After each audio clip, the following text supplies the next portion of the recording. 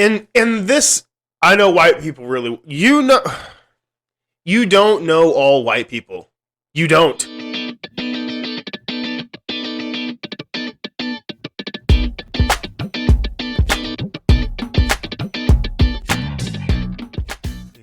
Let's get it started. Let's get it started in here. Let's get it. Yeah. So, continuing where we left off, Robin Diangelo. Try not to repeat myself too much, I gotta say. I might tend to say the same things I did the last video. Just bear with me. I'm still kind of new to this. I'm going to try to edit it as best as I can and trying to break it into parts because it's a lot. And I talk a lot. So 15 minutes of this video was about 40 minutes of my video. So I've got to take my time with this. And I get a little worked up, and I don't like to get too worked up throughout the day. Employment discrimination, educational discrimination, biased laws and policing practices, white flight, subprime mortgages, mass incarceration, the school-to-prison pipeline, disproportionate special ed referrals and punishments, testing, tracking, school funding, biased media representation, historical omissions, and... Okay. That is one of my biggest problems with this mindset. It's not that there is a problem with some sort of racial division or some sort of racial bias in like the judicial system and things like that, because I believe that there is in certain points. Because whenever you try to just pinpoint it in for these just little bitty reasons, then the solutions are half-assed or are partial. It would be a partial type of solution that wouldn't actually completely fix the problem. So, like for instance, if the problem with the policing is mainly race, then the solution would be simple. No more white cops. That would be the solution. It'd be that simple.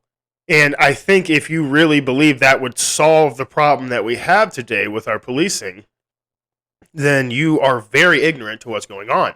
Because like when you see that there are, handicapped 13-year-old kids, white kids that are shot multiple times in their own backyard, then you might start to understand that this isn't so much a racial thing as it is a training mental state, like in the actual department itself. It is a system, not an event. It's the system we're in, and none of us could be, and none of us were exempt from its forces. If we want to be unique and special individuals, then we need to figure out how whatever we see is special and different about us set us up into that system, because it did. So I'm talking, I know white people really well. I'm talking X. In this, I know white people really. You don't know all white people. You don't. That's just thinking like I know black people really well. There are very, very diverse groups of the actual white culture. They don't look at themselves as just being white. Oh, I'm just white. No, they look at themselves as being Slovakian, or they look at themselves as being Polish, or they look at themselves as being Russian. Not just based on the color of their skin. They more look at it as culturally, where did I come from? Because that more aligns with who they are. So this mindset that I just know white people, that's ignorant. That's stupid. There are different white people. People in Minnesota that are white, I promise you, are going to be different than people from Boston. White people from Boston, and those white people from Boston are going to be very different from white people from New York. And that's just within this country alone. So it's like to think I know white people. You might associate with mostly white people. You've probably trained a lot of white people, but that doesn't mean you just know how all white people think, because you don't. It's ignorant. Right? The question is not if, it's how. And how do we cope with the moral trauma of what I just read to you? And I have to say too, real fast, I'll continue this. I'm sorry, I keep pausing. And it still kind of makes me emotional to think about all of the African American, African American.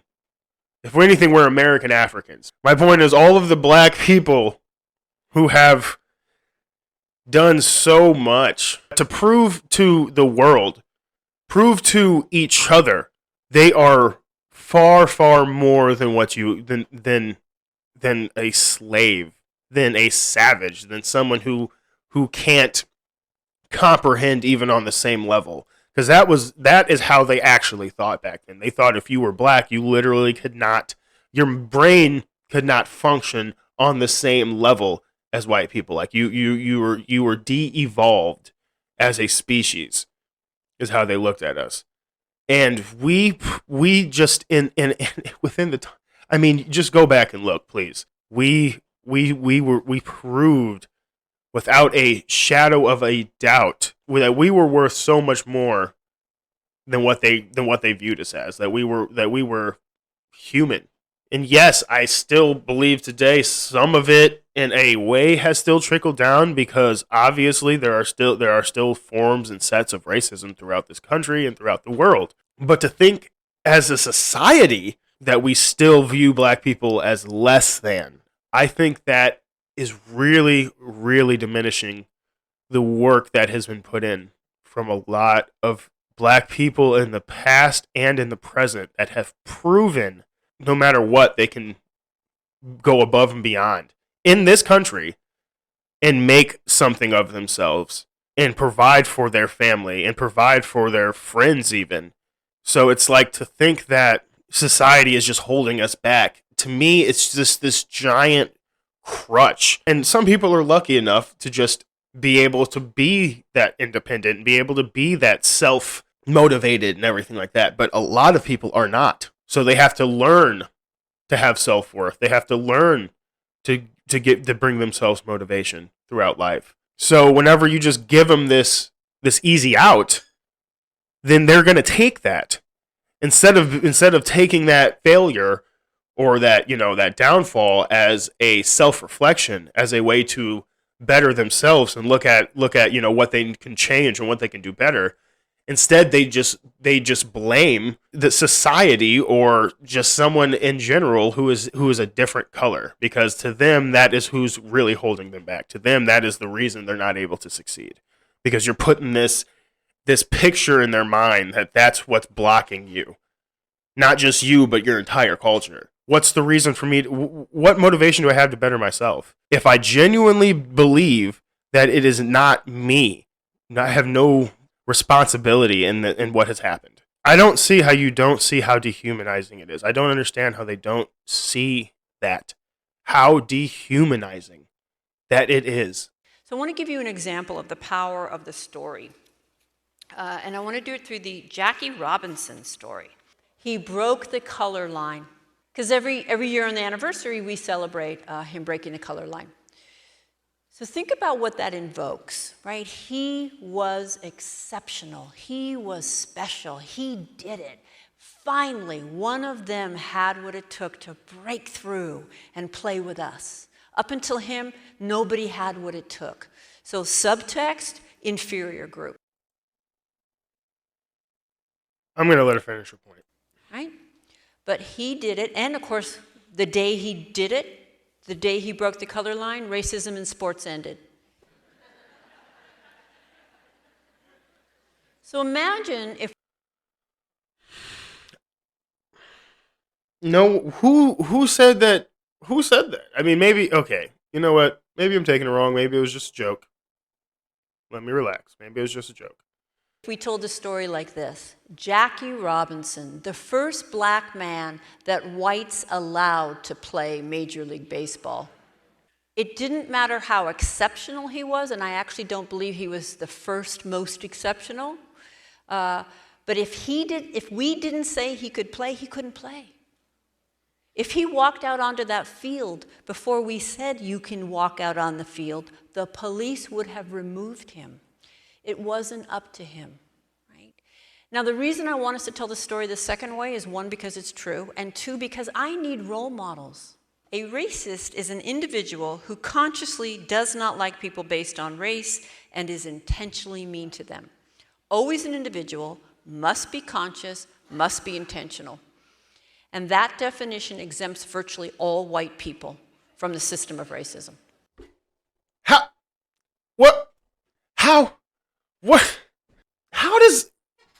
What is the thinking? But that definition makes it possible for anyone to be racist if you have this type of an ignorant mindset that you think that your race is superior, and then in turn treat other races other than your own as inferior.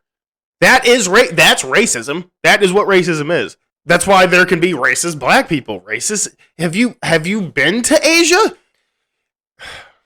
If this mindset, it's like, if you're white, no matter what you do, in some way, it is a reflection of your racism.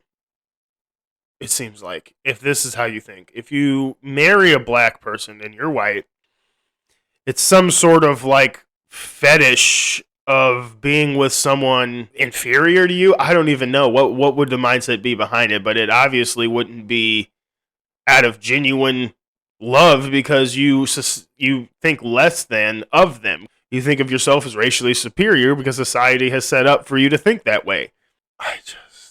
Oh my God. I need to just let her talk. Is the root of virtually all white defensiveness on racism. Have you guys noticed any white defensiveness on racism? Yeah. It makes it virtually impossible to talk to the average white person about the inevitable absorption of a racist worldview that we get from being socialized in a racist culture in which white supremacy is the bedrock. Because you suggest... It does make that impossible, because within the definition that they have of racism, who holds the most power in my eyes? It's like they're not so much defending the fact that they're not racist. They're more so defending the point that you have twisted this definition to just fit your ideology. The definition has been there far before you have thought the way that you have thought. So for you to in turn take it and now change it to what you want it to be. That anything I have done is racially problematic in any way, and I'm going to hear a question to my moral character. And I'm going to need to defend my moral character. You know, we've probably seen this a million times. Yes, because people don't like to be called racist whenever they don't think of other races as less than. It's kind of an insult for somebody to say, oh, you think you're better than everybody else. And they're like, no, I don't think I'm better than everyone else. So this sets up what I think about as the good-bad binary. That kind of, it's either or, right? Racists are bad, not racists are good. And we know how to fill that in, don't we? Ignorant, bigoted, prejudiced, mean-spirited, definitely old. And when we die off, there'll be no more racism. I get asked all the time, do you think young people today are less racist? Oh, actually, the question usually begins with, don't you think? And just a heads up, if you approach me with, don't you think, the answer is no. Because that's not an open question. But no, I don't actually think young people today are less racist, because that consciousness hasn't changed our outcomes. In fact, they're getting worse, right? If they're getting worse to you in any way, it's because of the way you're viewing it. Oh God, they're getting worse. They're not getting worse. Just so people know, the younger generation are not getting more racist.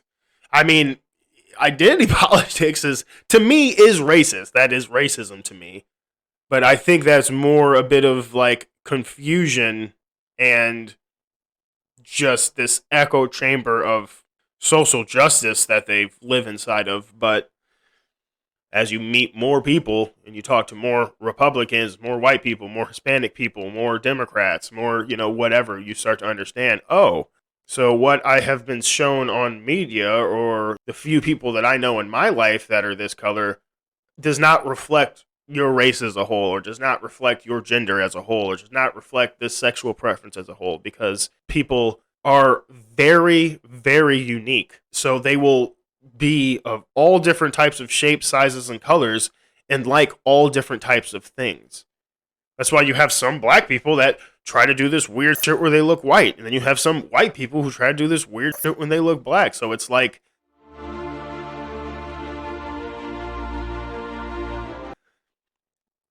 people are always going to be different because people are always going to think different. That's a beautiful thing about people, and that's also somewhat the dangerous thing about people.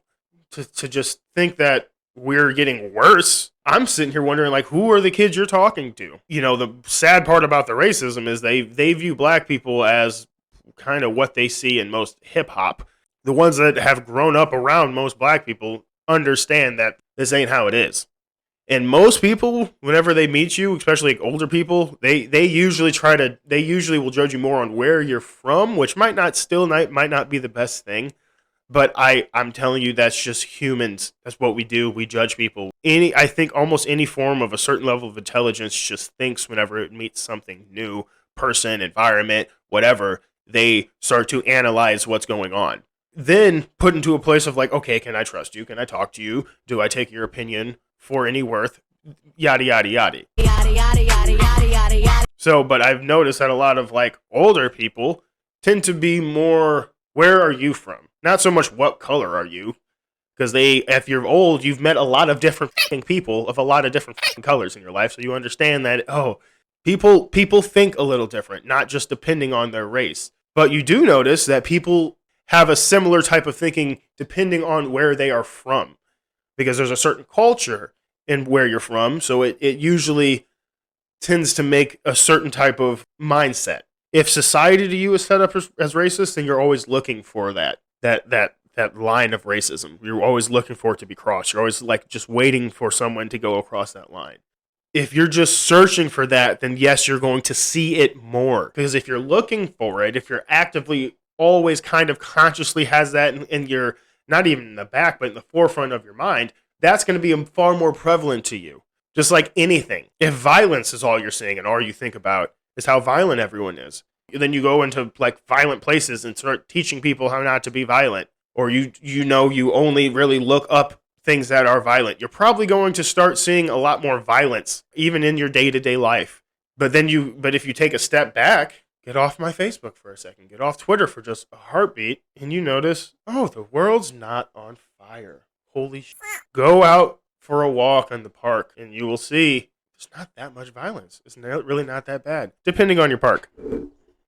Don't go to the wrong park. Again, this is the root of virtually all white defensiveness, and it just functions so beautifully to exempt us. So we just have to get rid of it. And when white people hear me and they feel angry and pissed off and defensive, can I just say this now that you guys are loosening me up here? When you laugh at my jokes, I'm going to keep getting looser and looser.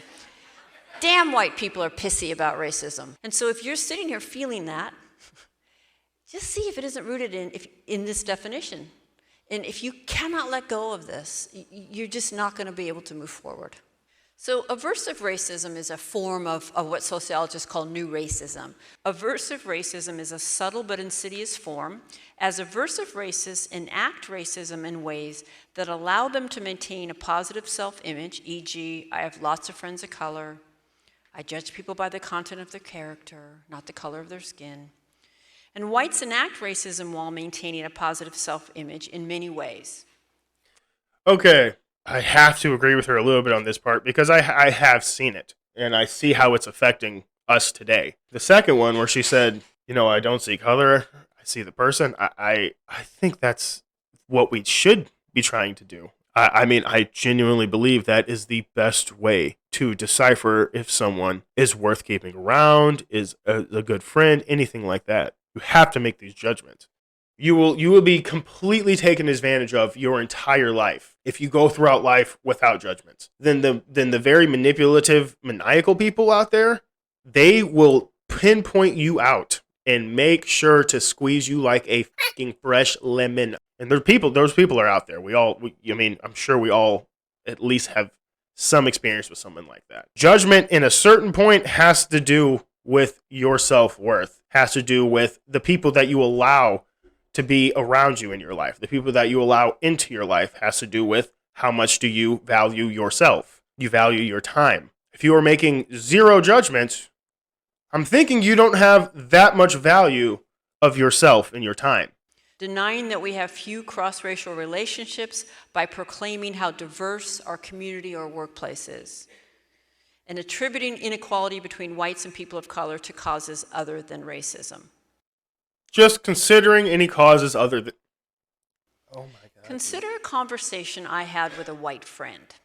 She was telling me about a white couple who she knew who had just moved to New Orleans and bought a house for a mere $25,000. Of course, she immediately added, they also had to buy a gun, and Joan is afraid to leave the house. I immediately knew they had bought a home in a black neighborhood. This was a moment. Okay, that sounds like, I'm gonna be honest here. This kind of sounds like personal for her. Because I know plenty of white people who, if someone said something like, "Oh, I need to get a gun," their first instinct might not be, "Oh, you're in a black neighborhood." Their first instinct might be, "Oh, you might be living around some crazy ass white people." For instance, like if you're going to Florida, and you're saying I'm getting a gun, I'm thinking you're probably living in a trailer, around a trailer park with some people who have alligators as pets, shit like that. It's a little different to just think that's like just a racial thing with everyone. That might just be you, girl. Of white racial bonding between this couple who shared the story of racial danger and my friend, and then between my friend and me as she repeated the story. And I don't know if that's racial danger or if it's more of a circumstantial danger or an environmental type of danger. Like you can go to places where there are plenty of black people and, out in higher class, type of places, and people don't just automatically think, "Oh, I got to get a gun now. A black person moved in next door." And if you think all white people think like that, again, you should really try to talk to some more people. It's about your environment. There are certain places out in the UK that are mainly white that if you don't have a fucking gun or you don't have you can't have a gun, but if you don't have some form of protection out there, you can get fucked up. Through this tale, the four of us fortified familiar images of the horror of black space and drew boundaries between us and them without ever having to directly name race or openly express our disdain for black space. Notice that the need for a gun is a key part of this story. It would not have the degree of social capital it holds if the emphasis were on the price of the house alone. Rather, the story's emotional power rests on why a house would be that cheap. Because it's in a black neighborhood where white people literally might not get out alive. Yet while very negative and stereotypical representations of blacks were reinforced in that exchange, not naming race provided plausible deniability. In fact, in preparing to share this incident, I texted my friend and asked her the name of the city her friends had moved to. I also wanted to confirm my assumption that she was talking about a black neighborhood. I share the text exchange here. "Hey, what city did you say your friends had bought a house in for $25,000? She replies, "New Orleans. They said they live in a very bad neighborhood and they each have to have a gun to protect themselves. I wouldn't pay 5 cents for that neighborhood." I reply, "I assume it's a black neighborhood?" "Yes, you get what you pay for. I'd rather pay $500,000 and live somewhere where I wasn't afraid." I reply, "I wasn't asking because I want to live there. I'm writing about this in my book."